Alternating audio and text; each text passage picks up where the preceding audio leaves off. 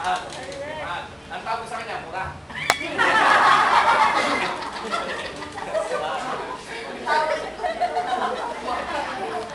Okay, go. Ang masasabi ko lang po sa asawa ko ay kahit ganito lang din ako, pero minahal ko rin siya. Pero niligawan ko siya, inaakyat ko ng ligaw yan sa bahay nila, kung binata ko. Liwanagan na lang. Iba dating sa akin eh. Inaakyat ko siya ng ligaw. Inakyat mo? Bisaya kasi. Yan salita na nanay ko. Inakyat ko siya ng ligaw. Inakyat mo siya o niligawan mo siya?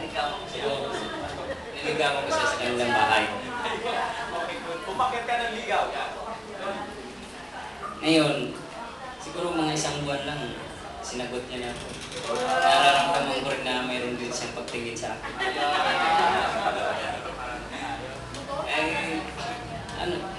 Maraming pagsubok din yung pinagdaanan namin. Siguro, pasalamat ako sa Panginoon na ito, magkasama pa rin kami matagal. Mga 7 years na kami nakasama sa Luis. Pinakasalan ko siya.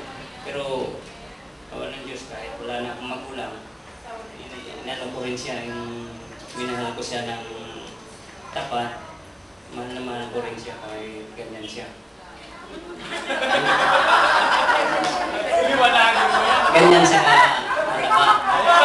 Kaya minsan nagsasabihan ko yan kasi sinasabihan ko siya na i-exercise mo yung katawan mo kasi para matagal yung buhay mo kasi kailangan natin yan.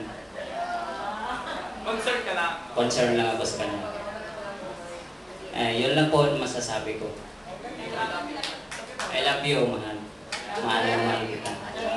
Talagang nabubuhay ako, tayo pa rin magkasama. Ikaw din ang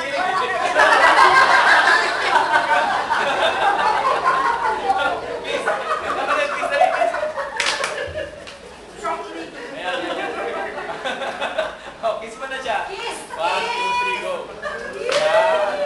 Yan ang halik ng anak sa kanyang minamahal na anak. Sa lips. Oh, go, go, go. Naka-camera yan, no? 1, 2, 3, kiss. Yan. Ano naman masasabi? Kargahin mo naman yung anak. Yan, patunayan mo mahal mo siya, kargahin mo yung anak. At mamaya ikaw maglalaban ng lampin.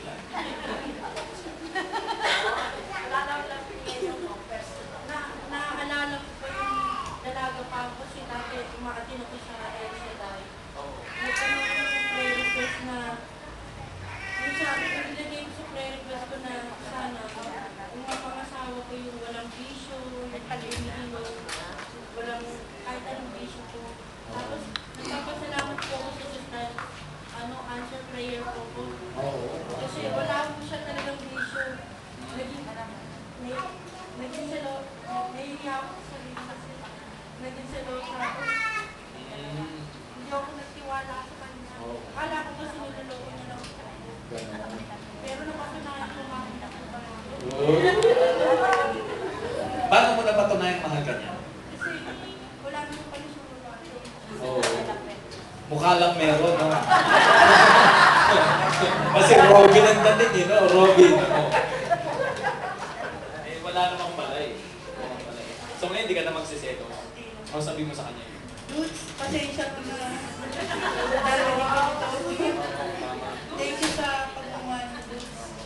Di ba si ano yun? Si Sabi ni Vilma ngayon. Edu, sige Dudes. Ano ba pangalan nito? Dudes, Edward. Kaya pala Dudes. Kala ko tingin mo sa akin kasi Edward sa akin.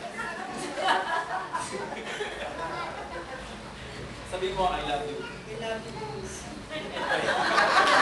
Ulitin mo kasi galing sa akin. Yung galing sa puso mo talaga. Oh. Lapit mo yung mic. Lapit mo yung mic. Titigan mo siya.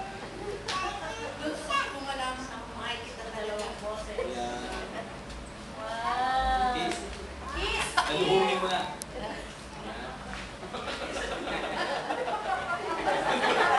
Ano ba yung nasabi ko? Ulitin nyo na. Sorry.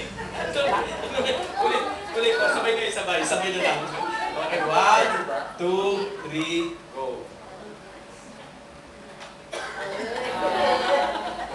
akala nilang dalawa, nakalusot sila. Hindi. Mamaya, i-replay ninyo yung kiss. Kasi yung kiss, di ba kikisan naman siya sa lips? Alam mo sabi niya ganun. Gusto niya ang kiss pala dito. Kaya sabi ni Sister, ano pangalan niya? Alma. Kaya sabi ni Sister Alma, nung kinikisan mo, sabi niya, kaya ulitin natin, ha? Okay, sino pa hindi nagsasalita?